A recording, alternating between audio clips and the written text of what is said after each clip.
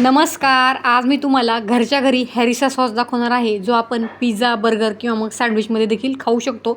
इथे मी लाल मिरच्या घेतलेल्या आणि त्या मी इथे पातेल्यात टाकून घेतलेल्या आहे. हे आपल्याला 5 ते 7 मिनिटांसाठी चांगल्या उकळून घ्यायचं आहे. आता ही जी मिरची आहे ती मी 5 ते 7 मिनिटांसाठी पाण्यामध्ये उकळून घेतलेली आहे. बघा, पाण्याला छान अशी उकळी आलेली आहे. आता ह्या ज्या मिरच्या आहेत त्या आपल्याला एका ताटामध्ये काढून घ्यायच्या आहे. आपल्याला ह्या मिक्सरमध्ये बारीक करून घ्यायच्या आहेत. आता मी हे मिक्सरच्या भांड्यामध्ये ह्या मिरच्या काढून घेणार आहे.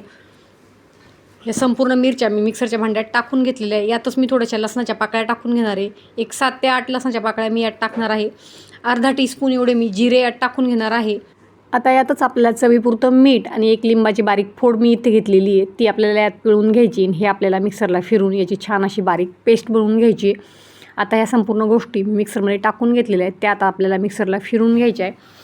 थोडंसं फिरून घेतल्यानंतर त्यात मी 2 टेबलस्पून एवढं ऑलिव्ह ऑइल टाकून घेतलेलं आहे. तुमच्याकडं ऑलिव्ह ऑइल नसेल तर साधं तेलही आपण टाकून घेऊ शकतो. ते पुन्हा मिक्सरला फिरून घ्यायचं आहे. मस्त अशी आपली ही मिरचीची पेस्ट बनवून तयार आहे. आता यामध्ये आपल्याला मिओनीज टाकून घ्यायचं आहे. साधारण 100 ग्रॅमपर्यंत मिओनीज आपल्याला यात टाकून घ्यायचं आहे आणि ते व्यवस्थित मिक्स करून घ्यायचं आहे.